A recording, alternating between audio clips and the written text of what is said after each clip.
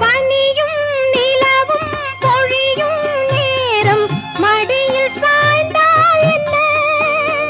பசுப்பாலை போலும் மேனி எங்கும் பழகி பார்த்தால் என்ன?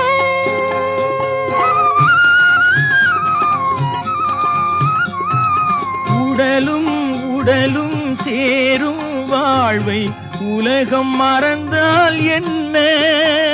தினம் ஓடி ஆடி ஓயும் முன்பே உண்மை அறிந்தால் என்ன?